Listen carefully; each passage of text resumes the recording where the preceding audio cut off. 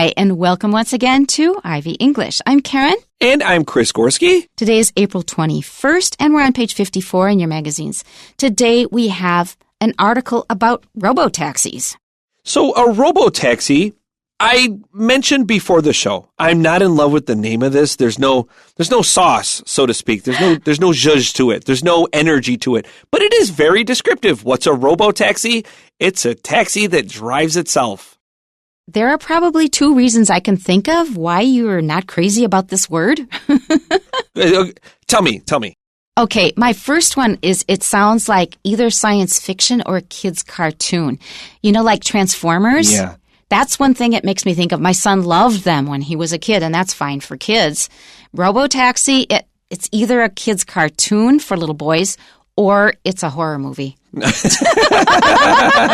know, a robot becomes a taxi. Yes. Yeah, you can imagine. That's so funny. It's funny. I keep thinking, I forget now and then that your son is just ever so slightly older than I am. Yes. And it's like the things he loved as a little boy. Those are all the things I love too.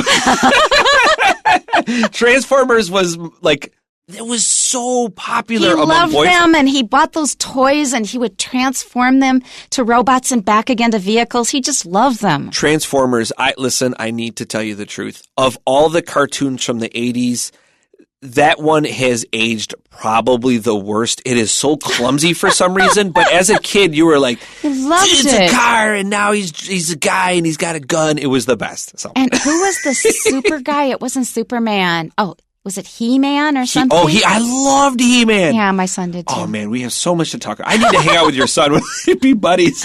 Next time he's here. Okay, so there is another reason that we can say on the air. I think it reminds you of a certain very famous rich person. Yes, the world's richest person, Elon Musk, who used to be kind of cool and interesting and had a lot of forward-thinking ideas. And he's very, very smart. And he has a high IQ, smart. No arguing about that. I agree. There's no debating he's very smart.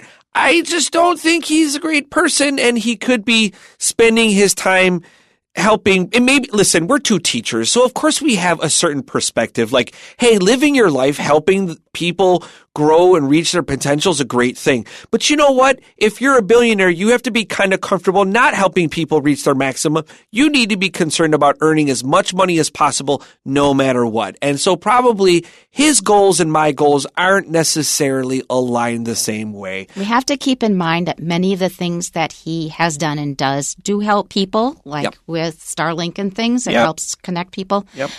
This is a complicated issue, but the thing is that because it calls up memories or thoughts of this person, it gives us very mixed feelings about the word. You know what? You may be right about this too, because in general, robotaxis, I'm like, okay, it might be cool. I'm not ready for this. And part of that might be because of my personal feelings about Elon Musk. And I agree. He's not all bad. I'm not saying that. But I just think maybe that average of good versus bad could be tilted a little bit towards the kind of more annoying part of bad, right? So robotaxis, I'm not on board with them yet. But let's learn about, robotaxis, hey, having taxis available 24/7 to get people around a city safely no matter what time of day sounds like a good idea on paper. But as we see from our headline and as we'll learn through the story, it's a little more complicated than that. Our title is Robotaxis May Increase Traffic and Emissions, Analysts warn. Let's just jump right into our article. Cities around the world are testing robotaxis, hoping that autonomous vehicles will ease traffic and reduce emissions. However, recent analyses suggest these expectations may be overly optimistic. According to consulting firm Kearney, robotaxis could actually make congestion worse rather than better. Because self-driving rides are expected to be cheaper and more convenient than traditional taxis, more people may choose them over walking, biking, or using public transportation. This shift would put more cars on already crowded roads. Another concern is deadheading, which refers to robotaxis traveling without passengers between rides. Since autonomous fleets need to reposition themselves throughout the day, these empty trips could greatly increase total vehicle miles traveled. In densely populated cities, even a small rise in traffic volume can slow speeds and worsen gridlock. Environmental impacts are also raising alarms. Autonomous cars require large amounts of computing power for sensors and real-time decision-making. This energy demand may undermine the climate gains of electrification. If cities rely heavily on robotaxis instead of improving buses, subways, and walkable neighborhoods, emissions could remain high or even rise. Experts argue that robotaxis should support, not replace, public transportation. Without strong urban planning and clear policies, autonomous fleets may strengthen car-dependent habits and change cities in ways that are less sustainable. The real challenge for governments is balancing innovation with environmental responsibility. Robotaxis may still play a role in future mobility, but they are unlikely to solve congestion on their own. This is a complicated question because I don't take taxis often. I love taking public transportation. Occasionally, I drive just to keep the battery alive. But one thing that's nice about public transportation or taking a taxi is you can sometimes, especially if you're riding in a taxi, is talking with a taxi driver. And if it's just a machine, you have nobody to talk to. I wonder how many, this is a great question. This is the next time I'm in a taxi, I'm going to ask a driver, especially one that seems like they've been driving a long time. Because in my own classroom, I've gone through the transition where parents would sit in my classroom or in the school reading newspapers and magazines or frequently taking a nap. And nowadays, parents almost never sleep in my classroom. It's strictly surfing the internet on their cell phone. So I wonder if the, cell phones and headphones and Spotify have not taken away that interaction that maybe taxi drivers frequently would have conversations, but now they'd experience that less. I'm going to ask this question. I think that's a good question to ask. One really good reason to talk to your taxi driver, for me personally, is we often have very different politics. Oh, yeah, they love to ask me really direct questions, and sometimes I'll just play dumb and pretend I don't understand.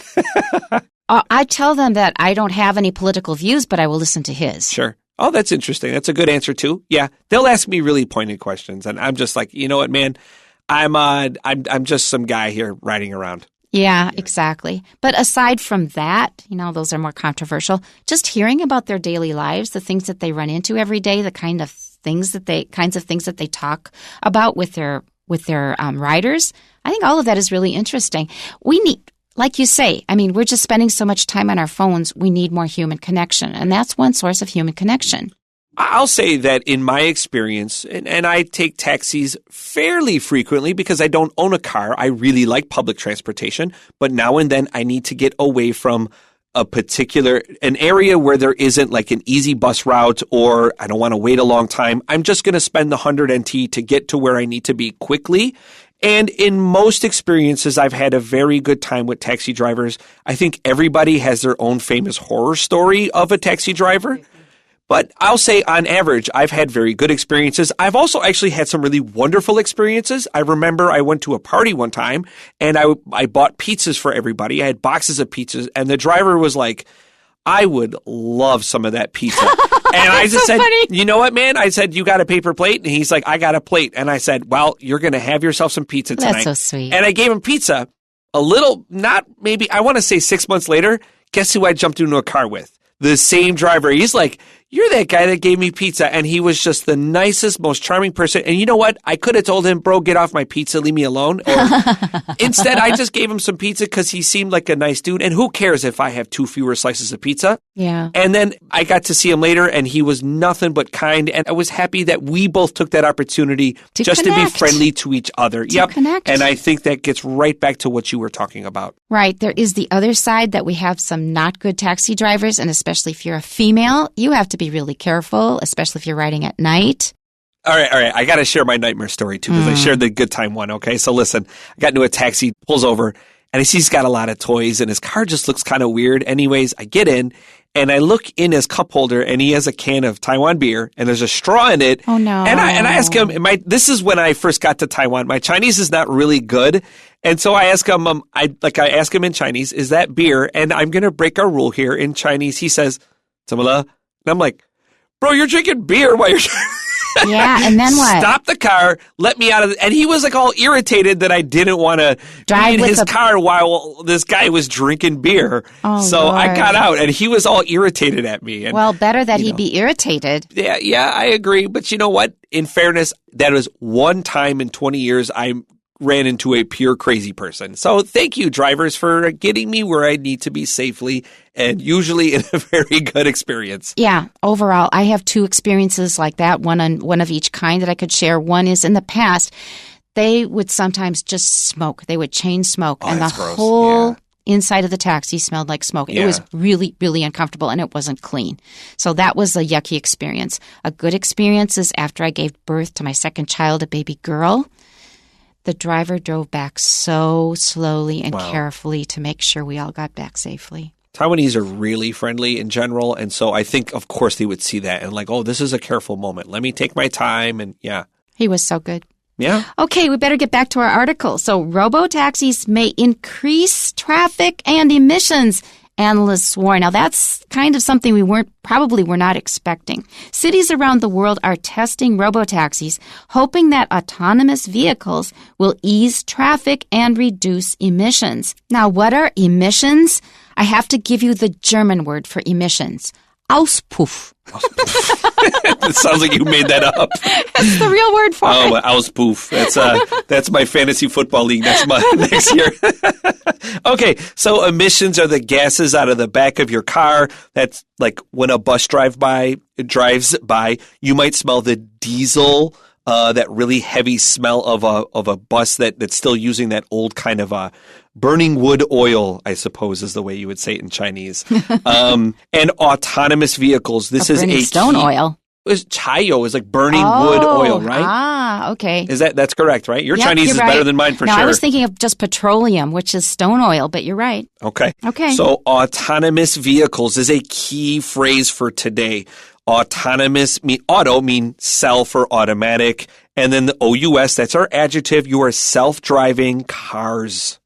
The word autonomous is often used in a political sense and in geography. So an autonomous region is a part of a country that is allowed to govern itself. That's a great way to tie that into this. So these are self-driving cars, which I think is honestly a little bit of a clearer phrase than autonomous vehicles. But anybody, a native speaker, would have no problem understanding this phrase. It's probably well worth learning. Mm-hmm. However, recent analyses suggest these expectations may be overly optimistic.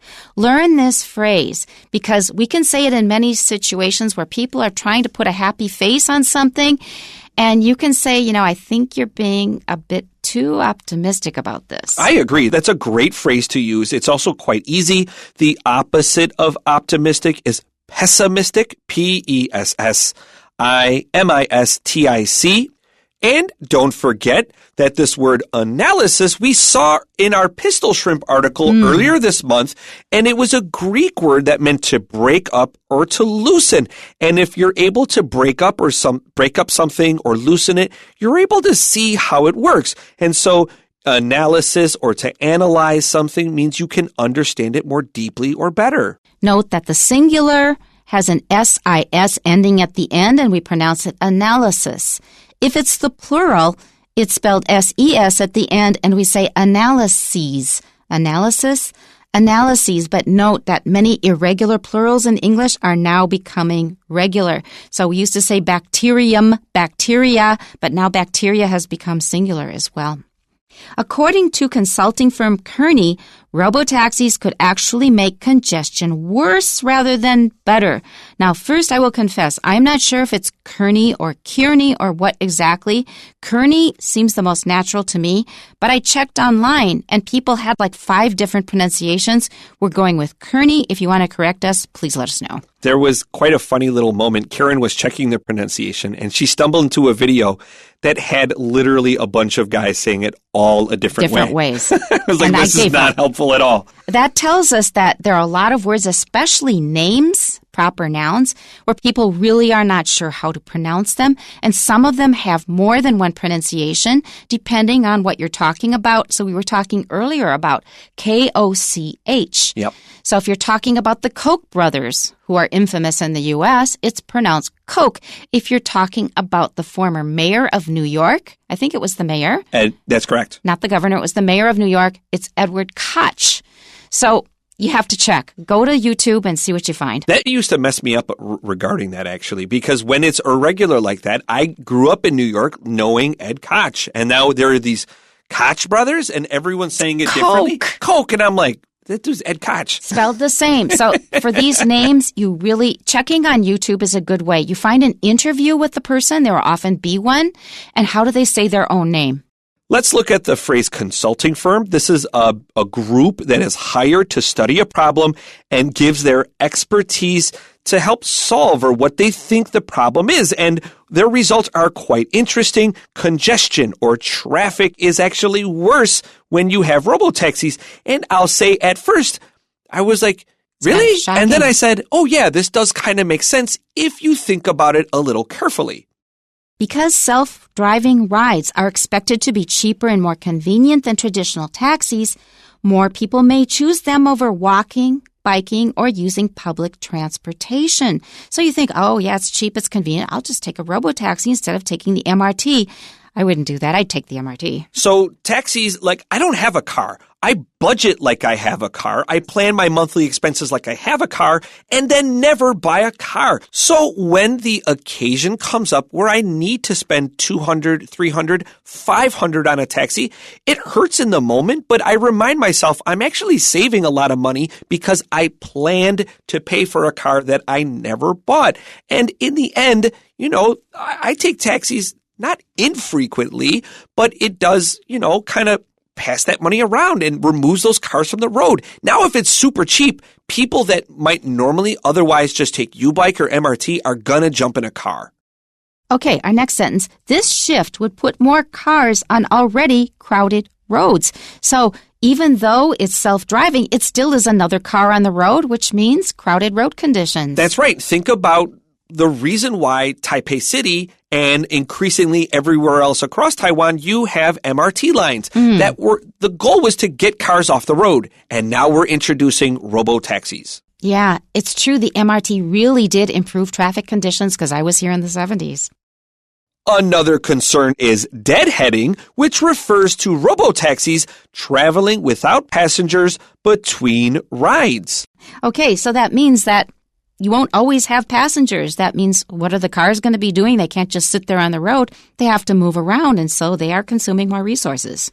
Since autonomous fleets need to reposition themselves throughout the day, these empty trips could greatly increase total vehicle miles traveled. So we don't need more cars putting on more miles, especially when you don't even have passengers. So a robotaxi typically needs to charge 3 times per day in a 24/7 operation. And that means to be competitive, robotaxi fleets need to be big. Cities like San Francisco have over 40,000 Uber drivers, so they reason they need to have at least 10,000 robotaxis. That is a lot of cars. And that's a lot of charging. All right, let's continue to our next sentence here. In densely populated cities, even a small rise in traffic volume can slow speeds and worsen gridlock. And that's something you can absolutely feel here in Taipei. Gridlock is a word that means traffic, but it moves so slowly that, you basically can walk faster than a car drives in gridlock. It is a complete standstill. I think that people overuse the term traffic jam. So I had a traffic jam. We just don't say it that often. We do use it, but traffic was gridlocked. We say that pretty often, and that's pretty serious. Let's move on to the next paragraph. Environmental impacts are also raising alarms. So things that it's doing to the environment is getting attention. We're noticing there's something we need to pay attention to. Autonomous cars require large amounts of computing power for sensors and real-time decision-making. We've learned a lot about that when we read about how much power is required to run AI. And these vehicles run on AI. This affects many industries across anything that uses a computer chip because they're competing for AI developers who have a lot of money to spend. This energy demand may undermine the climate gains of electrification. So we've been slowly switching from gas-powered vehicles to either hybrids or electric vehicles. And then we've kind of done some good things for global warming, but now maybe we're going to just lose all of those gains. If cities rely heavily on robotaxis instead of improving buses, subways, and walkable neighborhoods, emissions could remain high or even rise. Don't forget after instead of, that's the thing you don't want to do. Underline instead of, draw an arrow and just say, don't want. Let's be really clear about it. All right, our final paragraph today. Experts argue that robotaxis should support, not replace, public transportation. Okay, let's move on. Without strong urban planning and clear policies, autonomous fleets may strengthen car-dependent habits and change cities in ways that are less sustainable. We don't want to become more dependent on cars. All right, let's continue. The real challenge for governments is balancing innovation with environmental responsibility. This is sometimes difficult because the people who are actually leading innovation, they are people who want to sell you lots of stuff. That is exactly the thing I was going to say. There is something left out of this line.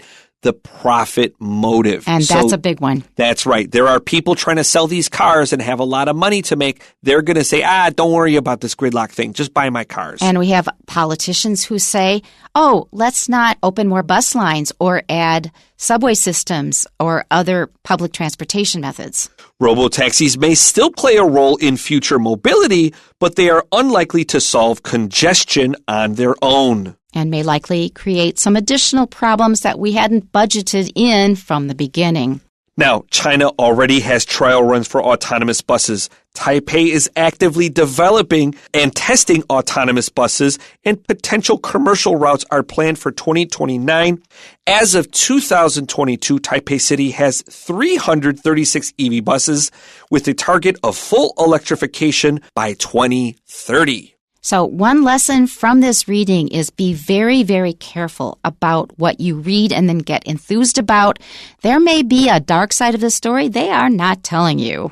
And that's true of everything. Okay, that's it for today. We'll see you next time. Bye-bye. Bye-bye.